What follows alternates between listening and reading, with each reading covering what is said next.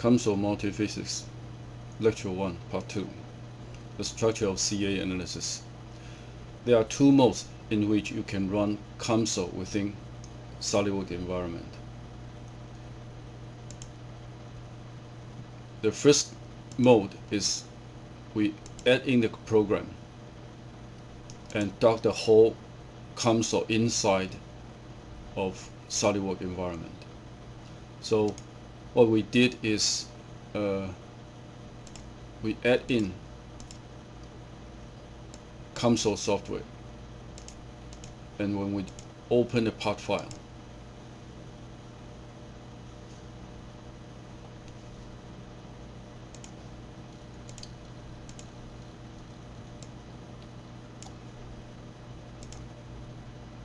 and generate a 3D model,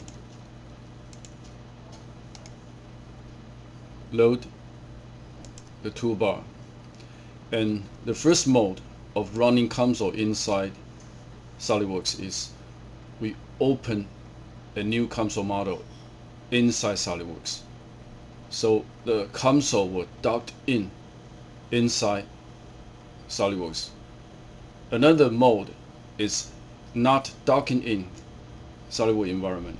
Instead, you use COMSOL CAELiveLink to connect these two softwares. So you open both softwares, both COMSOL and SolidWorks. You open two software windows, and using the COMSOL CAELiveLink to connect the two programs. So you can save the 3D model and open another window of COMSOL and start to work on COMSOL in COMSOL environment. So we can choose solid mechanics as before and choose statics. Okay. Now, when you are inside the COMSOL environment, which is not docking in, right? So there are two software running at the same time with CAELiveLink to connect the both program. So in COMSOL environment, what I'll do is using CAELiveLink SolidWorks. So this is how SolidWorks model is transported inside COMSOL. So I synchronize, and the model is transported inside COMSOL, and the other things are all the same, but the environment is quite different from the docked-in mode, because in docked-in mode you can only access with this model tree, but in the full COMSOL environment you got all the drop-down menus and toolbars available. Look at here. We have model here, and geometry, which is the first step of CA analysis, material, step 2, mesh, step 3, physics or boundary conditions and loading, which is step 4, and compute, running the program, step 5, and the result, step 6. So the steps are all the same, only a slight difference in the order of the 6 steps. In COMSOL, the order is 1, 2, 4, 3, 5, 6. So it is all the same. So we can work just like when we are working on SolidWorks simulation and ANSYS.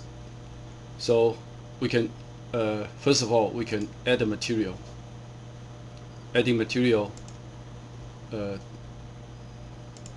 built-in material, and we can choose structure steel from the material library, and make sure that you connect the geometry with the material properties.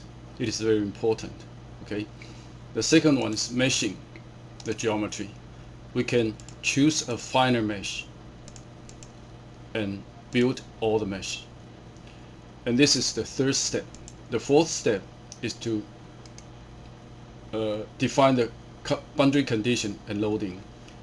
For constraint, there's fixed constraint, and I can choose this area for the constraint. Okay, and this is phase 6. And in COMSOL, there's no confirmation action. So when you choose surface or phase 6, it is done. And for boundary load, I'll choose this is loading surface or loading area, and type of loading as the concentrated force instead of distributed force. So type of force, area on which the force will applied, and direction of the force, which is z direction in this particular instance. So it is z direction, and the magnitude of the force 100 Newton.